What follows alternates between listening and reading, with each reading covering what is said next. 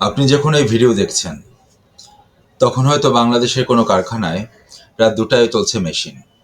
কারণ এদেশের পোশাক শিল্প কোনো 8 ঘন্টার গল্প নয়, এটি 24 ঘন্টার যুদ্ধ। আর সেই যুদ্ধের সৈনিকদের মধ্যে একজন আলিফ ইন্ডাস্ট্রিজ লিমিটেড। 1990 দশক, বাংলাদেশ ধীরে ধীরে বিশ্বে আরএমজি সেক্টরে পরিচিতি পাচ্ছে। এই সময়ে ক্ষুদ্র উদ্যোক্তা শুরু করেন সজীব নিটওয়্যার লিমিটেড। ফ্যাক্টরি ছোট ছিল, স্বপ্ন বড়। সেই সময় প্রতিটি অর্ডার ছিল পরীক্ষার মতো, প্রতিটি বিদেশি বায়ারের সাথে আলোচনা ছিল এক নতুন চ্যালেঞ্জ। কিন্তু ধীরে ধীরে কোম্পানিটি দাঁড়ায়। বছরের পর বছর কঠোর পরিশ্রমে তৈরি হয় একটি স্থিতিশীল ব্যবসা ভিত্তি। সময় বদলাচ্ছে, বিশ্ব বদলাচ্ছে, আর সজীব নিটওয়ার বুঝলো আন্তর্জাতিক বাজারে টিকে থাকতে হলে দরকার নতুন পরিচয়। এভাবেই জন্ম নেয় আলিফ ইন্ডাস্ট্রিজ লিমিটেড।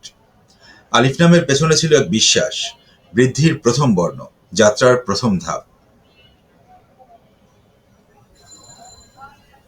শেয়ার বাজারে মানুষ অনেক কিছু দেখে, কিন্তু খুব কম মানুষ দেখে একটি কোম্পানির রক্তস্রোত, revenue, profit, cash flow.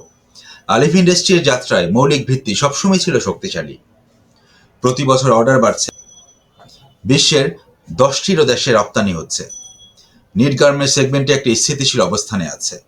Margin খুব বেশি নয়, কারণ এটি লো মার্জিন ইন্ডাস্ট্রি, কিন্তু বছরের পর বছর লাভ ধরে রাখা এটা আসলে স্কিল। কোম্পানি সবসময় চেষ্টা করেছে কম ঋণে ব্যবসা চালাতে।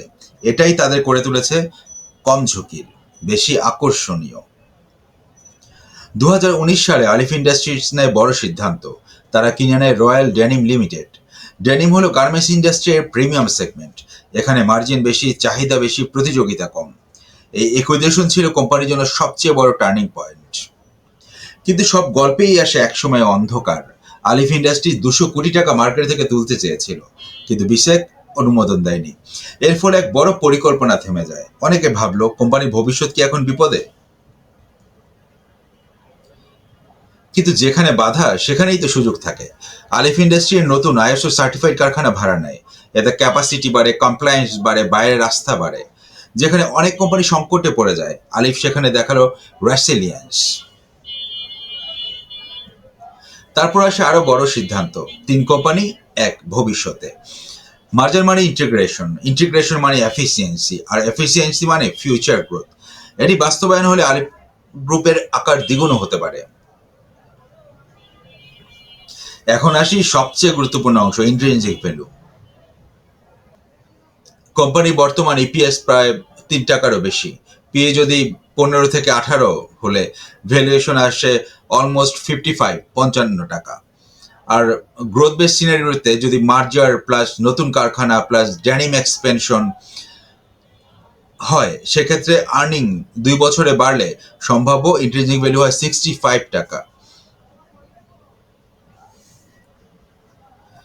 কোনো কোম্পানি গল্পে নিখুঁত নয়। আলিফ ইন্ডাস্ট্রি কিছু রিস্ক আছে। Merger delay risk, compliance cost, depth pressure, export demand slow down, and integration risk.